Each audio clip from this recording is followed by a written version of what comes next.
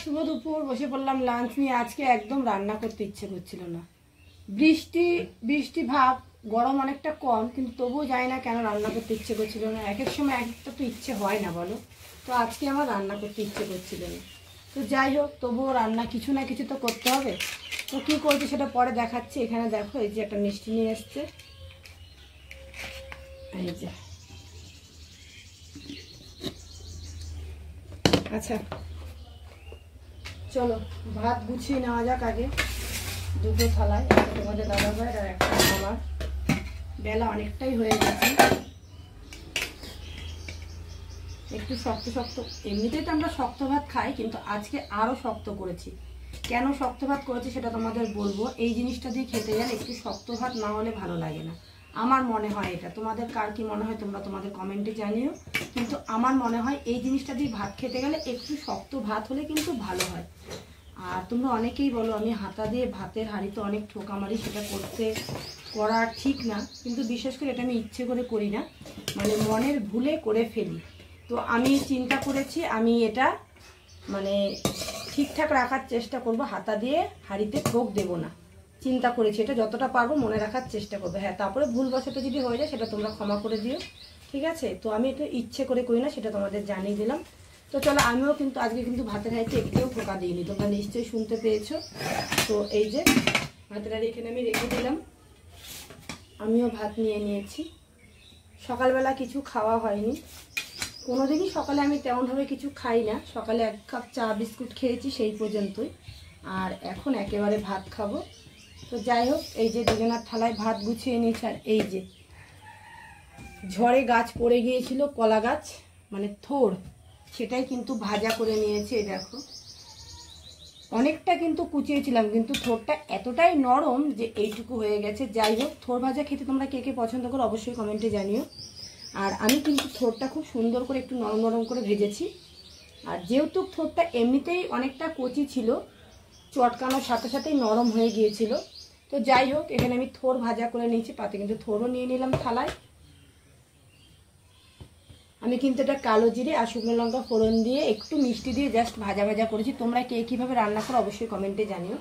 আচ্ছা, এটার তলায় কী আছে চলো এটা তোমাদের এবার দেখিয়ে দেবো।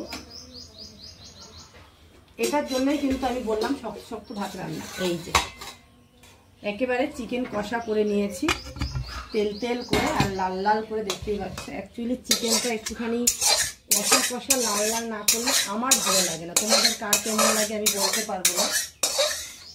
অনেকেই বলো দিদিভাই তুমি তেল অনেক খাও, মশলা অনেক খাও। সত্যি কথা বলতে যে দেখো, বিশেষ করে মুরগির মাংসটা একটু তেল মশলা না দিলে ভালো লাগে না। খাসির মাংসে তাও তেল মশলা কম চলে, কিন্তু মুরগির মাংসে আমার মনে হয় তেল মশলা একটু বেশি না দিলে মোটেও ভালো লাগে না। তো এই যে খাসির মাংসের তো নিজস্ব একটা আলাদা টেস্ট আছে, তার জন্য অল্প মশলা দিলেও সেটা কিন্তু খেতে টেস্টি হয়ে যায়, কিন্তু মুরগির মাংসের ক্ষেত্রে কিন্তু সেটা হয় না। তো যাই হোক, আমার মাংসটা তোমার রান্না কেমন হয়েছে অবশ্যই জানিও। তো চলো এবার আমি মাংসও থালায় নিয়ে নেব। আলু নিয়ে নিচ্ছি। লেগ পিস দেয়নি আজকে একটাও, নাকি লেগ পিস দেয় নাই না? দেখি না তো, উত্তরও দেয় না, কথাও বলে না। দেখো, জিজ্ঞেস করে কিছু কয়ও না। আজকে আমরা লেগ পিস দেয়নি, লেগ পিস ছোট করে কাটা দেয়। এই যে কয় লেগ পিস। তো চলো, যা হয়েছে যা দিয়েছে দিয়েছে, আজকে আর বড় করা হয়। সবসময় একরকম খেতে হবে এরকম তো কোনো কথা নেই। উত্তর দেয় না, জিজ্ঞেস উত্তর দেবো কি? আমার খিদে পেয়ে গেছে খুব, এটাই আমার ভালো লাগে না, ঠিক আছে? একটা গলা দিয়ে কথা বেরোচ্ছে না, দেখেছো? খিদে পেয়ে গেছে। জিজ্ঞেস করলে উত্তর না দিলে আমার ভালো লাগে না, ঠিক আছে?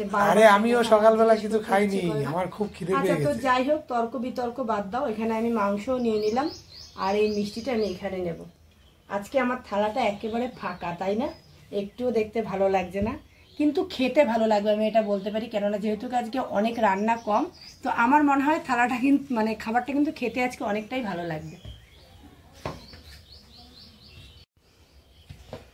তো এই যে এটা কিন্তু আমার জন্য আমি গুছাই নিই, জাস্ট ফটো তোলার জন্য। ওটা আমাদের দাদাভাই খাবে, আমি নিয়ে নিচ্ছি আলাদা করে।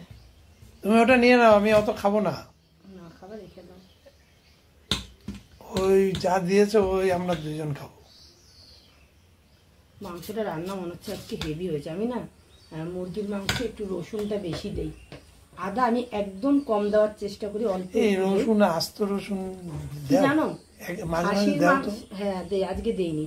খাসির মাংসে আদাটা বেশি দিতে হয়, রসুন কম দিতে হয়। আর এই অনেকে মুরগির না মাংসে রসুন রসুন খায়, মাংসের মধ্যে আস্ত রসুন দেয়, অনেকেই দেয়। আমার ভালো লাগে না, ছাড়িয়ে দিলে ভালো লাগে, কিন্তু গোটা দিয়ে দিলে ভালো লাগে না। সত্যি এটা এতটা ভালো হয়েছে কি বলবো।